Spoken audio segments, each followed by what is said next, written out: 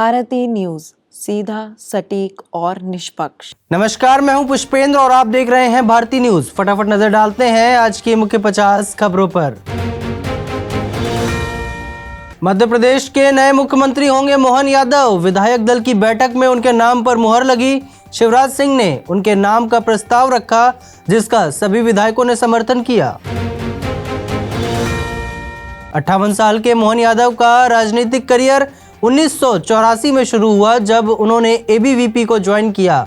वो आरएसएस के बेहद करीबी माने जाते हैं। सुप्रीम कोर्ट ने जम्मू कश्मीर से आर्टिकल 370 हटाने के केंद्र सरकार के फैसले को वैध माना है। 5 जजों की बेंच ने कहा कि आर्टिकल 370 अस्थायी प्रावधान था। मोदी सरकार ने अपने दूसरे कार्यकाल में 5 अगस्त 2019 को आर्टिकल 370 खत्म कर दिया था। साथ ही राज्य को 2 हिस्सों जम्मू कश्मीर और लद्दाख में बांट दिया था। शीतकालीन सत्र के छठे दिन राज्यसभा में जम्मू कश्मीर आरक्षण संशोधन बिल और जम्मू कश्मीर पुनर्गठन संशोधन बिल पास हुए। चर्चा के दौरान गृह मंत्री ने कहा कि पीओके भारत का अंग है। जम्मू में अब 37 की जगह 43 और कश्मीर में 46 की जगह 47 विधानसभा सीटें होंगी। वहीं पाक अधिकृत कश्मीर के लिए 24 सीटें रिजर्व की गई हैं। कांग्रेस सांसद धीरज साहू के उड़ीसा और पश्चिम बंगाल के ठिकानों पर आयकर की छापेमारी खत्म हो गई। 6 दिसंबर से इन जगहों पर छापेमारी चल रही थी। पीएम मोदी ने आज प्रगति मैदान स्थित भारत मंडपम में GPAI शिखर सम्मेलन का उद्घाटन किया। यहां स्वास्थ्य, शिक्षा समेत कई मुद्दों पर चर्चा भी की। महंत बालकनाथ के जरिए हरियाणा साध सकती है बीजेपी। राजस्थान में बड़ी जिम्मेदारी मिली तो पूर्व सीएम हुड्डा के गढ़ में सेंधमारी संभव है। केरल गवर्नर का दावा, केरल के मुख्यमंत्री मुझे मारने के लिए लोग भेज रहे हैं, मुझे शारीरिक रूप से नुकसान पहुंचाना चाहते हैं, पुलिस भी इनके साथ मिली हुई है। IIIT लखनऊ के कॉन्वोकेशन में पहुंची राष्ट्रपति द्रौपदी मुर्मू। 317 मेधावियों को मिलेगी उपाधि, 7 स्टूडेंट्स को गोल्ड मेडल। सेना के कैप्टन का शव सोमवार को कश्मीर के श्रीनगर के बाहरी इलाके में कैंप के कमरे की छत से लटका मिला। अधिकारियों ने बताया कि घटना सेना के शरीफाबाद कैंप में हुई है। टीएमसी की पूर्व सांसद महुआ मोइत्रा ने लोकसभा से निष्कासित होने पर सुप्रीम कोर्ट का रुख किया है। मोइत्रा पर पैसे लेकर लोकसभा में सवाल पूछने का आरोप था। दिल्ली की राउज एवेन्यू कोर्ट ने शराब नीति मामले में ईडी को अतिरिक्त डॉक्यूमेंट जमा कराने के लिए 10 जनवरी 2024 तक का समय दिया है। इसी दिन अगली सुनवाई होगी। जमीन घोटाला मामले में प्रवर्तन निदेशालय यानी ईडी ने मुख्यमंत्री हेमंत सोरेन को 6ठी बार समन जारी किया है। मुख्यमंत्री हेमंत सोरेन को 12 दिसंबर को पूछताछ के लिए बुलाया गया है।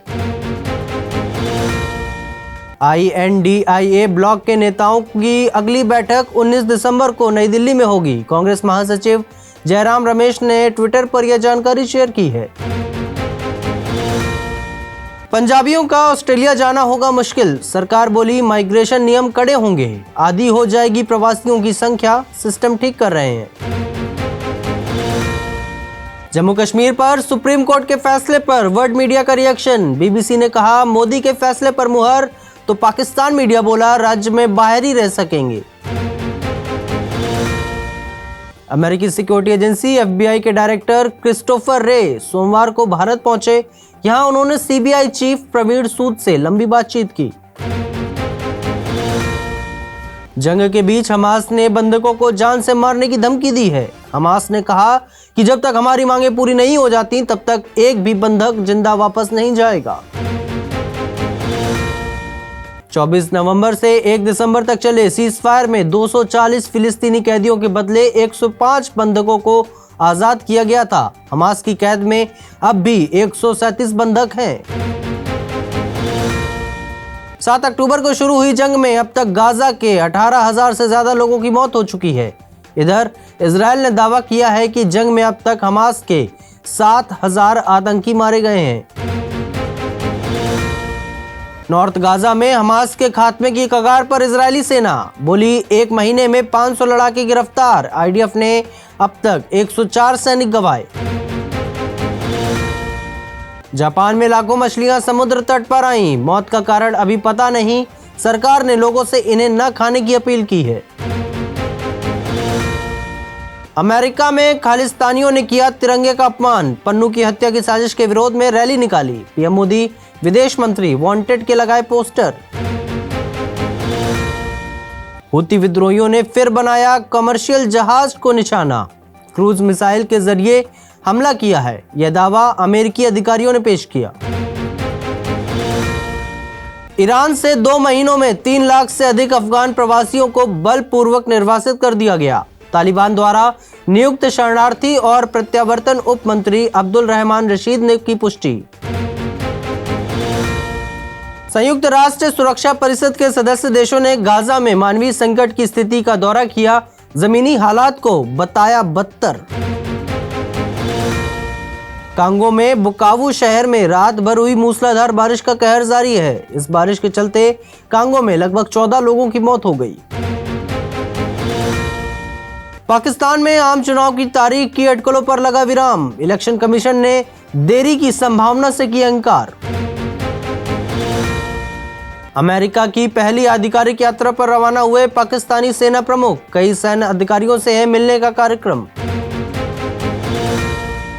पाकिस्तान के मुल्तान में कबाड़ की दुकान में विस्फोट के धमाके में एक बच्चे की मौत हो गई, जबकि 4 लोग गंभीर रूप से घायल हो गए। दिल्ली में खेलो इंडिया पैरा गेम्स 2023 का हुआ आगाज, 1400 से ज्यादा पैरा एथलीट ले रहे हैं 7 गेम्स में हिस्सा। 17 दिसंबर तक चलेगा इवेंट। भारत सरकार हर साल खेलो इंडिया यूथ गेम्स आयोजित कराती है। खेलो इंडिया पैरा गेम्स भी उसी की तर्ज पर हो रहा है। आईपीएल 2024 के ऑक्शन की प्लेयर लिस्ट जारी हो गई। बीसीसीआई ने सोमवार को 333 खिलाड़ियों के नाम शेयर किए, जो कि 19 दिसंबर को होने वाले आईपीएल मिनी ऑक्शन में शामिल होंगे। 333 खिलाड़ियों में से 214 भारतीय हैं, जबकि 199 विदेशी यानी ओवरसीज प्लेयर्स हैं। वहीं 2 प्लेयर्स एसोसिएट नेशंस से भी हैं। टीम इंडिया के विकेटकीपर बल्लेबाज Rishabh Pant Indian premier league 2024 से मैदान पर वापसी करेंगे। दिल्ली कैपिटल्स के अधिकारी ने बताया कि पंत के फरवरी में फिट होने की उम्मीद है। केंद्रीय खेल मंत्री अनुराग ठाकुर से मिले बजरंग, साक्षी ब्रजभूषण से जुड़े व्यक्ति को WFI में पद न देने की मांग की, बोले वादा पूरा करे सरकार। तनिषा अश्विनी ने Guwahati masters women's double badminton खिताब जीता। फाइनल में ताइवान की संग शुओ यून और यू चिन हुई को हराया। साउथ अफ्रीका के 5 वेन्यू पर होगा अंडर 19 मेंस वर्ल्ड कप। 11 फरवरी को होगा फाइनल। आईसीसी ने नवंबर में श्रीलंका से मेजबानी छीन ली थी। अनुराग कश्यप ने किया एनिमल का सपोर्ट, बोले फिल्म ने जो कन्वर्जेशन क्रिएट किया है उसकी वजह से लोग फेमिनिज्म सीख रहे हैं। एनिमल के अर्जन वैली पर गुंडागर्दी का आरोप लगा। कर्नल सिंह ने कहा इस तरह की फिल्में युवा पीढ़ी के लिए बहुत खतरनाक हैं। सालार को सेंसर बोर्ड से मिला ए सर्टिफिकेट। 175 मिनट की इस फिल्म में कई वॉयलेंट सीन हैं। पृथ्वीराज ने पूरी की फिल्म की डबिंग। रणदीप हुड्डा और लिन लैशराम ने होस्ट की रिसेप्शन पार्टी। इंडस्ट्री के खास दोस्तों को किया इनवाइट। तमन्ना और विजय ने चुराई पार्टी की लेमलाइट। 2023 में इंडिया में सबसे ज्यादा सर्च हुई जवान। ग्लोबल लिस्ट में मिला 3रा स्थान। गदर 2 8वें पर और पठान 10वें नंबर पर रही। इन्फोसिस के सीएफओ नीलंजन रॉय ने दिया इस्तीफा। कंपनी ने जयेश संगराजका को नया चीफ फाइनेंशियल ऑफिसर नियुक्त किया। आर्टिफिशियल इंटेलिजेंस समिट 2023 आज से दिल्ली में 28 देश और 150 से अधिक एआई स्टार्टअप शामिल होंगे। पीएम ने देश की जनता को किया इनवाइट।